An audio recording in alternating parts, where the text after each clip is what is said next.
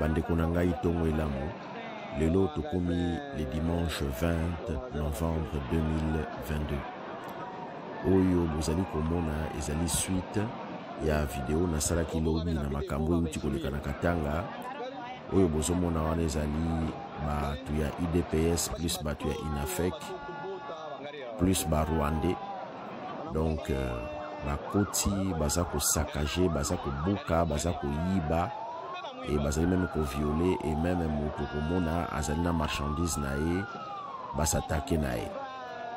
basatake na ye abouge te aningana te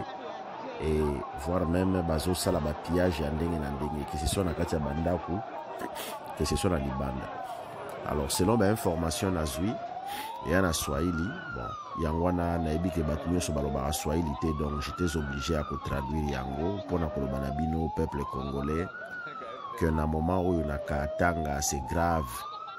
soki osombi mwa saki ya farine na yo fo obomba ngwata ba mama bakoma kosomba basaki ya basachet ya bafarine ya mike mike kobomba na kati ya liputa parce que soki ozotambola na yango boye bakoki koyiba yo yango lokola bato bazalaka koyiba bachombo batelefone. Alors soki fufu des fois bolingi kolamba il faut kolamba yango na kati ya ndako. Vous vous rendez compte na ba quartier misusu tellement pasi eleki donc fufu kolamba yango na kati ya ndako biloko kolia kolamba na kati ya ndako. Bon balobi bakatange balobi ke bato baza kouta kasai to ebite soki ba Rwandais to bakasayen bazosalaka mobulu ya kosakana te. Alors bazobanga même ke non bato na ntango bakozonga epa na bango bamaladi bakozonga mamaladi ebele. Peuple congolais passe.